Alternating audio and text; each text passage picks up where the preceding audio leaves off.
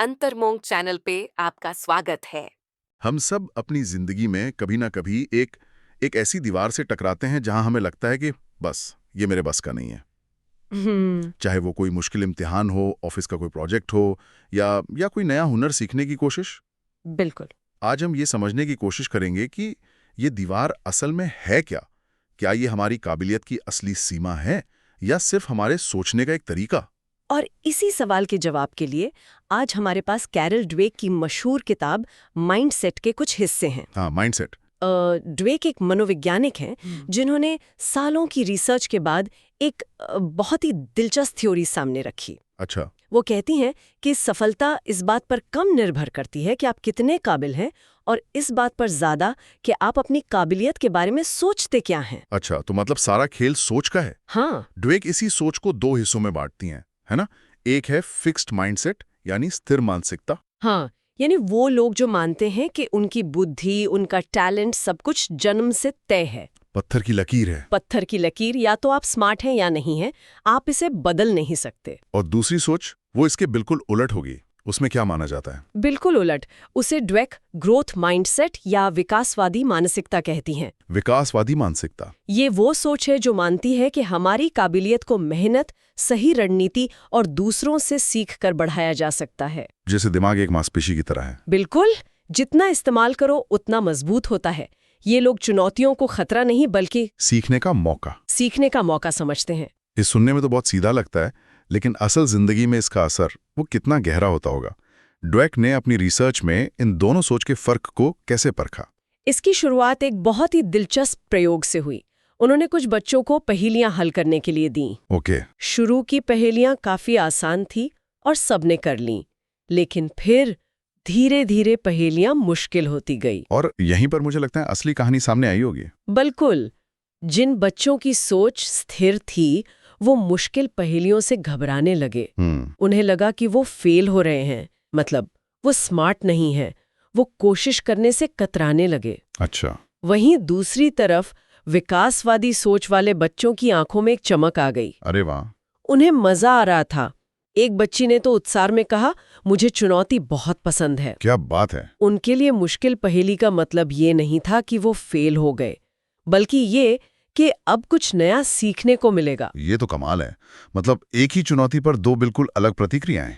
ये इस बात से भी साफ होता है कि लोग खुद को स्मार्ट कब महसूस करते हैं। हाँ। स्थिर सोच वाले कहते हैं जब मैं कोई गलती नहीं करता, जबकि बढ़ने वाली सोच वाले कहते हैं जब मैं किसी ऐसी चीज पर मेहनत करता हूं जो पहले मेरे लिए बहुत मुश्किल थी और फिर उसे सीख जाता हूं। एकदम सही। और ये जानना भी जरूरी है कि कोई भी पूरी तरह से एक ही मानसिकता का नहीं होता। अच्छा। हाँ, हो सकता है कि कोई अपनी प्रोफेशनल स्किल्स को लेकर विकासवादी सोच रखता हो कि मैं मेहनत करके कुछ भी सीख सकता हूँ, लेकिन अपने कलात्मक हुनर को लेकर उसकी सोच स्थिर हो कि मुझ में तो गाने का टैलेंट है ही नहीं। सही। हम सब इन दोनों का एक मिश्रण होते हैं जो अलग अलग हालात में सामने आता है। बिल्कुल। ये तो बहुत अजीब बात है।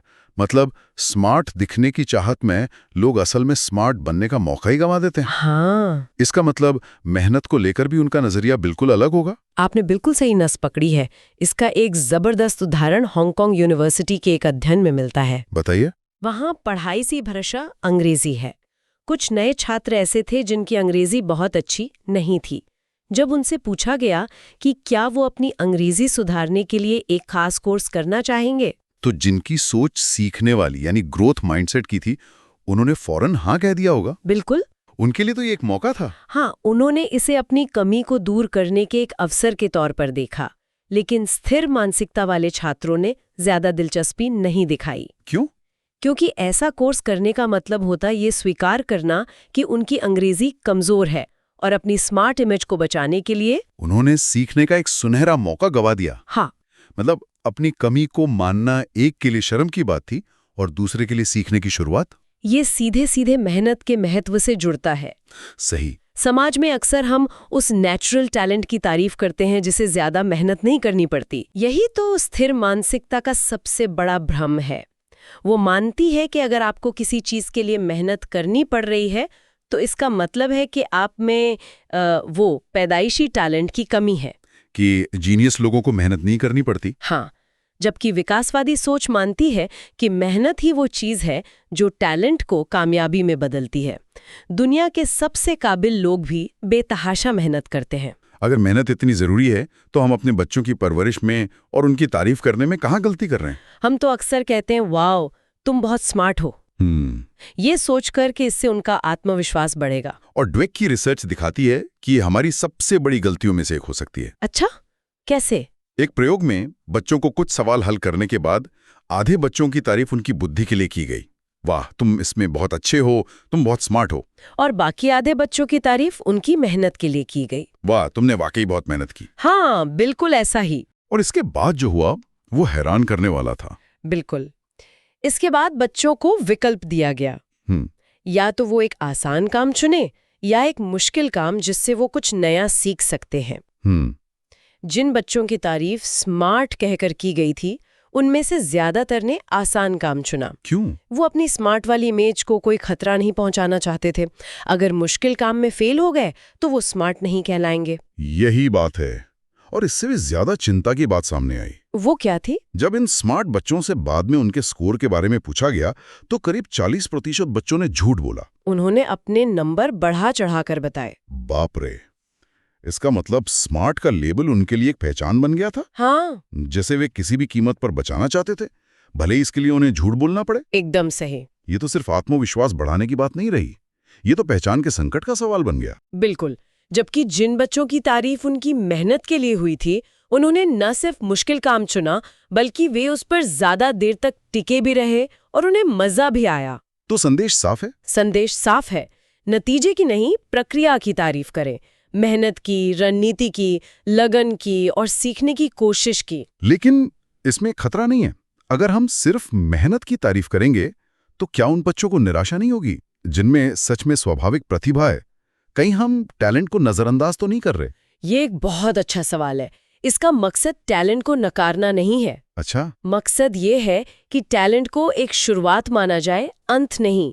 तारीफ इस तरह हो सकती है, तुम्हारे पास संगीत की अच्छी समझ है और जिस तरह से तुम रोज रियाज कर रहे हो उससे तुम्हारी कला और निखर रही है। मतलब आपने टैलेंट को भी माना और मेहनत को भी सराहा। बिल्कुल। ठीक है, समझ गया। और ऐसा नहीं है कि ये सब सिर्फ स्कूल, कॉलेज या बच्चों तक ही सीमित है। असल दुनिया में, जैसे स्पोर्ट्स या बिजनेस में, ये सोच कैसे दिखती है? खेल की दुनिया तो इसके उदाहरणों से भरी पड़ी है। जैसे माइकल जॉर्डन को देखिए, जिन्हें कई लोग अब तक का सबसे महान बास्केटबॉल प्लेयर मानते हैं। दुनिया उन्हें नेचुरल टैलेंट कहती थी, लेकिन सच ये है कि उन्हें उनकी हाई स्कूल की टीम से निकाल दिया गया था। अच्छा, ये बात तो बहुत कम लोग जानते हैं। हाँ, और इसी नाकामी ने उनके अंदर एक आग लगा दी। वो हर रोज टीम के आने से पहले प्रैक्टिस करते थे और सबके जाने के बाद भी रुकते थे। वो खुद कहते थे कि उनकी मानसिक मजबूती और कभी हार न मानने वाला जज्बा ही उनकी असली ताकत था। ये क्लासिक ग्रोथ माइंडसेट है। और इसका उल्टा उदाहरण फिक्स्ड माइंडसेट का? जॉन मैकेनरो, एक बेहद प्रतिभाशाली टेनिस खिलाड़ी। हाँ। जब वो हारते थे तो कभी अपनी गलती नहीं मानते थे। वो एम्पायर को दोष देते, दर्शकों पर चिल्लाते या अपने रैकेट को कोसते। मतलब उनकी स्थिर मानसिकता ने उन्हें अपनी हार से सीखने और अपनी कमियों पर काम करने से रोका। बिल्कुल। और यही पैटर्न हमें कॉर्पोरेट जगत में भी दिखता होगा। हाँ, बिल्कुल। ड्वेक इसे सीईओ डिजीज कहती हैं। कुछ लीडर्स, जैसे एनरॉन के अधिकारी, एनरॉन, हाँ, वो सिर्फ ये साबित करने में लगे रहते थे कि वो सबसे जीनियस है।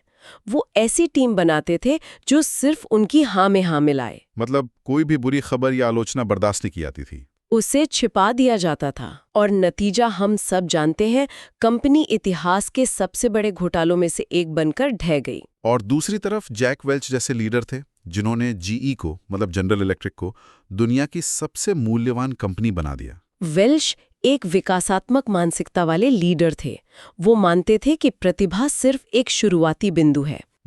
उन्होंने जीई में एक ऐसी संस्कृति बनाई जहां सीखने, टीम वर्क और लगातार बेहतर होने पर जोर दिया जाता था। मतलब वो ऐसे लोगों को आगे बढ़ाते थे जो सीखते थे और सिखाते भी थे। हाँ, और अपनी गलतियों से घबराते नहीं थे। तो अब सबसे बड़ा सवाल, अगर हम में से कोई अपनी स्थिर सोच को पहचानता है तो क्या हम उसे बदल सकते हैं, या ये सोच भी पत्थर की लकीर है? और अच्छी खबर ये है कि इसे बिल्कुल बदला जा सकता है। अच्छा। मानसिकता आखिर है क्या? सिर्फ एक विश्वास, और विश्वासों को बदला जा सकता है।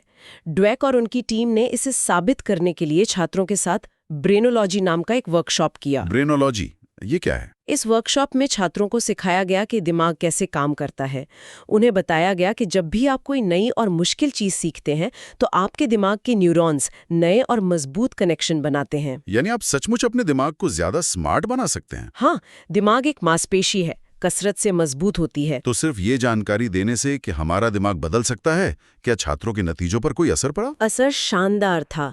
जिन छात्रों ने ये वर्कशॉप किया उनकी न सिर्फ पढ़ने की प्रेरणा बढ़ी बल्कि उनके गणित के ग्रेड्स में भी जबरदस्त सुधार हुआ। उन छात्रों के मुकाबले जिन्होंने ये नहीं सीखा था। बिल्कुल। एक छात्र ने तो वर्कशॉप के बाद आंखों में आंसू भरकर कहा, तो इसका मतलब ये है कि मुझे मूर्ख बने रहने की जरूरत नहीं है। अरे वाह, ये एक पल था जिसने दिखा दिया कि सोच बदलने में कितनी ताकत है। हाँ, लेकिन क्या ये वाकई इतना आसान है?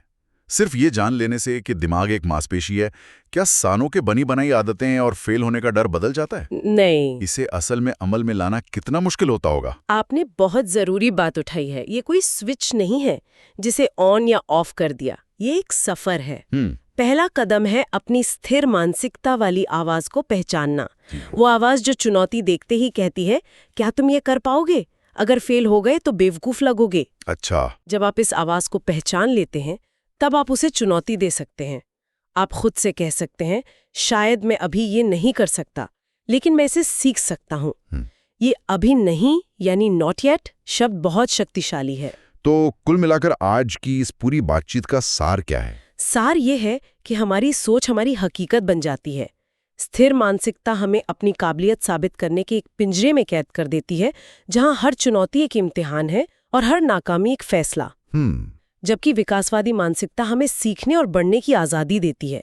ये कहती है कि आप हमेशा एक बेहतर संस्करण बन सकते हैं। ये बातचीत हमें एक बहुत ही जरूरी सवाल पर सोचने के लिए छोड़ जाती है। अगली बार जब कोई किसी चुनौती या नाकामी का सामना करे तो शायद उस आवाज को सुनने की कोशिश करे जो दिमाग में चल रही है, और खुद से ये पूछने के बजाय कि क्या मैं इसके लिए काबिल हूँ, शायद ये पूछना ज्यादा फायदेमंद हो। मैं इससे क्या सीख सकता हूँ और खुद को कैसे बेहतर बना सकता हूँ। बिल्कुल। लेकिन एक विचार और भी है। ड्वेक की ये थ्योरी बहुत शक्तिशाली है, पर क्या ये पूरी तस्वीर है? अच्छा। क्या हर चीज सिर्फ मेहनत और सही मानसिकता से हासिल की जा सकती है? समाज में मौजूद दूसरी बाधाओं जैसे आर्थिक असमानता या भेदभाव को ये थ्योरी कहीं नजरअंदाज तो नहीं कर देती? बहुत गहरा सवाल है। शायद असली चुनौती सिर्फ अपनी मानसिकता बदलने की नहीं, बल्कि उस माहौल को भी बदलने की है जिसमें हम सब सीखते और बढ़ते हैं। अगर ये बुक समरी आपको पसंद आई है तो प्लीज इस वीडियो को लाइक करें और हमारे चैनल को सब्सक्राइब करें। धन्यवाद।